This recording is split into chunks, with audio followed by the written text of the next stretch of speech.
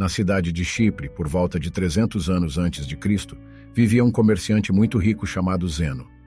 Durante uma viagem de Fenícia a Pireu, seu barco afundou, juntamente com toda a sua carga. Devido a esse único evento, um evento completamente fora do controle de Zeno ou de qualquer pessoa, esse homem muito rico de repente se tornou pobre instantaneamente. Imagine-se sendo Zeno.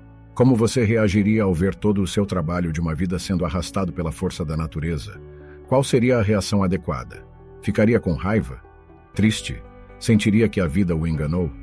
Para a maioria de nós, essas seriam reações normais, mas não para Zeno, o pai do estoicismo. Uma pequena mudança dura uma eternidade, e uma pequena reformulação da sua mentalidade pode desencadear mudanças maiores e mais impactantes posteriormente. O cerne do estoicismo é a própria definição de aceitação e indiferença. Após ler as obras de Sócrates e outros grandes filósofos, Zeno criou e ensinou o estoicismo. Segundo Zeno, embora não tenhamos muito controle sobre o que nos acontece, temos controle sobre como isso nos afeta, e devemos usar esse controle com grande eficácia. Em vez de chorar sobre o leite derramado, ou neste caso, mercadorias afundadas, Zeno focou em manter a compostura diante da situação, permanecendo calmo e neutro, apesar do seu dilema. Hoje, as pessoas frequentemente veem os estoicos como pessoas inabaláveis, que não se deixam levar pelos extremos emocionais, como acessos de raiva ou crises de ansiedade. Mas a ideia original por trás do estoicismo era muito mais do que isso. Mais do que apenas descrever pessoas desprovidas de emoção, o estoicismo era uma maneira de ver, descrever e entender o mundo. Era uma forma de vida que perdurou por séculos. A filosofia estoica pode ser aplicada às situações de hoje da mesma forma que foi aplicada há milhares de anos, e seus benefícios são igualmente impactantes. O estoicismo nos permite processar essas emoções negativas de experiências adversas e transformá-las em pensamentos que nos proporcionam uma perspectiva única do mundo. A perspectiva é tudo, e todas as pessoas do mundo têm diferentes experiências e, portanto, perspectivas diferentes sobre as coisas. Como os estoicos se reuniam, discutiam e ensinavam filosofia em um local público, sua filosofia geral era amplamente conhecida. Eles acreditavam que os princípios estoicos poderiam beneficiar grandemente a todos, e, portanto, não fazia sentido esconder esse conhecimento atrás das quatro paredes de uma escola ou dos pátios do palácio. Como resultado, desde escravos até imperadores poderiam aprender e se tornar estoicos, e assim fizeram.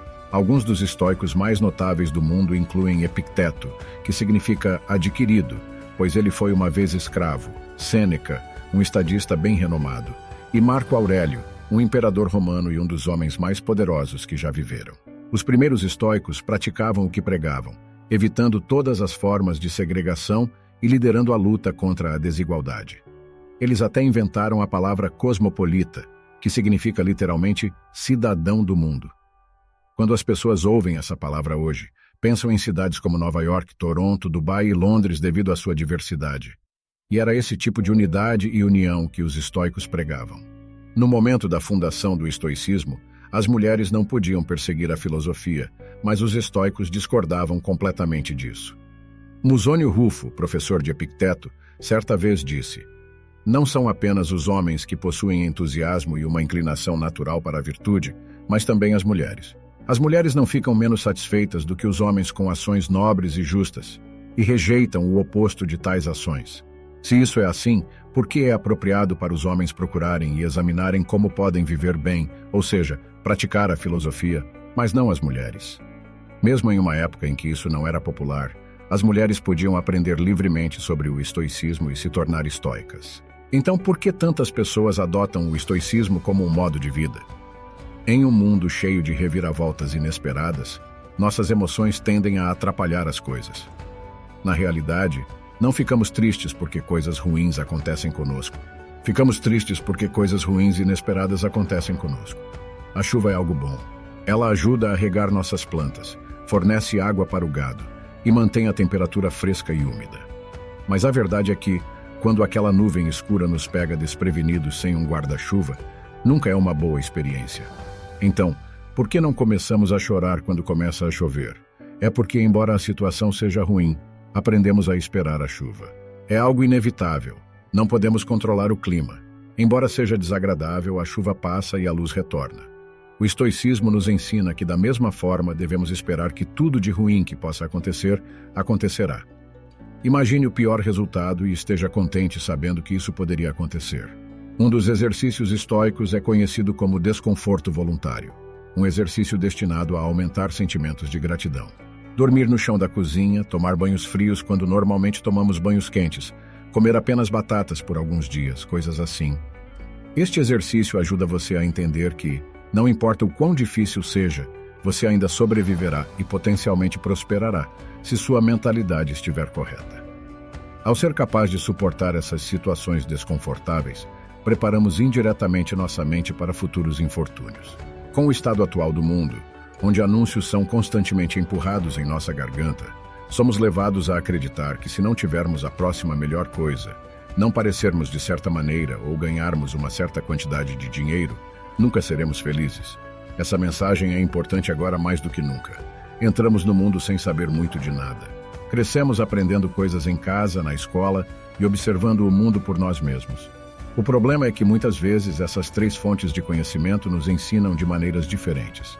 A questão é, precisamos internalizar todo esse conhecimento? Se fizermos isso, poderíamos estar inconscientemente criando expectativas irreais para nossas vidas, o que nos deixaria eventualmente desapontados e insatisfeitos no final. Essa não é uma maneira de viver. Em vez disso, devemos nos concentrar em melhorar a nós mesmos. Para nós mesmos, devemos fazer coisas por nós mesmos e apenas por essa razão. Anexar esperanças externas ou apegos secundários às ações que tomamos quase sempre leva à decepção. Na maioria das vezes, acabamos tentando preencher esse vazio com coisas externas. Gastar todo o seu dinheiro em um carro de luxo, uma casa ou até começar uma família. Às vezes fazemos todas essas coisas pelo seu valor externo e não interno, mas o estoicismo ensina que, se abordarmos a vida dessa maneira, colocamos nossa felicidade nas mãos das forças externas, forças que podem sempre falhar. Carros quase sempre quebram, desastres naturais levam cidades inteiras, e as taxas de divórcio aumentam cada vez mais a cada ano. Mas até as coisas gratuitas na vida têm um custo. O custo do espaço, tanto físico quanto mental. Como Sêneca escreveu uma vez, aprender a viver com menos criará espaço em sua vida para as coisas que realmente importam para você. Em vez disso, devemos colocar nossa felicidade em nosso valor intrínseco como seres humanos e em nada do que temos ou podemos adquirir fisicamente. Devemos escolher fazer o nosso melhor para manter a cabeça fria, independentemente do que a vida nos reserva. Porque, independentemente do que quisermos, no final do dia, não temos controle sobre a maioria das coisas que nos acontecem, mas temos todo o controle sobre como reagimos a essas coisas. Essa é a dicotomia do controle, o princípio mais importante na filosofia estoica. Nas palavras de Epicteto, a tarefa principal na vida é simplesmente esta: identificar e separar as questões para que eu possa dizer claramente a mim mesmo quais são os aspectos externos que não estão sob meu controle e quais têm a ver com as escolhas que realmente controlo. Os estoicos ensinam que devemos aprender a separar o que podemos controlar do que não podemos controlar. Precisamos determinar nosso valor não a partir de coisas que não podemos controlar, mas a partir das coisas que podemos. Lutar por objetivos é um bom traço, mas cair em pedaços quando essas coisas não acontecem do seu jeito é, na visão dos estoicos, inútil. Fazer vídeos no YouTube é, bem, muito mais fácil do que ser um imperador romano, mas ainda pode ser desafiador às vezes. Primeiro você precisa formar sua ideia, o que leva uma eternidade. Depois pesquisar essa ideia, descartá-la porque é ruim, começar de novo, escrever o roteiro do vídeo, criar o vídeo, editá-lo, fazer a miniatura, título e tudo mais antes de clicar em enviar. Tudo até o momento em que você clica em enviar depende de você. No entanto, uma vez que você clique no botão de envio, o poder passa para o algoritmo do YouTube. Ainda assim, muitas pessoas julgam o sucesso de seus canais do YouTube ou contas no Instagram com base em quantas visualizações, inscritos ou seguidores eles têm, métricas que, na maior parte, estão além do seu controle. Os estoicos ensinam que, em vez disso, você deve julgar o sucesso do seu trabalho, com base na quantidade de esforço que você colocou e não no resultado das suas esperanças externas. Confie no processo. Viver com menos significa se desvencilhar das algemas sociais nas quais você se colocou. Pense em uma pessoa que trabalhou duro em seu emprego nos últimos 6 meses. Agora ele sente que merece uma promoção, e, portanto, se apresenta ao chefe com seu relatório de desempenho. O chefe agradece, não concede a promoção, e ele vai para casa pensando que deve ser péssimo em seu trabalho. Ele não considera que o chefe pode simplesmente ter acordado irritado, que outra pessoa pode ter sido mais qualificada naquele momento, ou que a empresa simplesmente estava perdendo dinheiro e não podia arcar com isso. Ele não sabe o motivo, mas ainda está chateado. Se ele simplesmente colocasse seu valor na qualidade do relatório de desempenho que entregou, continuasse fazendo o que estava fazendo para conquistar a promoção que queria, poderia ter sido muito mais feliz no geral. Com a perspectiva certa, seu objetivo não teria sido diminuído, mas apenas adiado. Essa é a redefinição da sua mentalidade que é crucial. Um verdadeiro estoico não vê seus sucessos com base no ganho financeiro de suas empreitadas, mas se conforta pelo fato de poder viver uma vida confortável sem todas as coisas que o dinheiro pode comprar.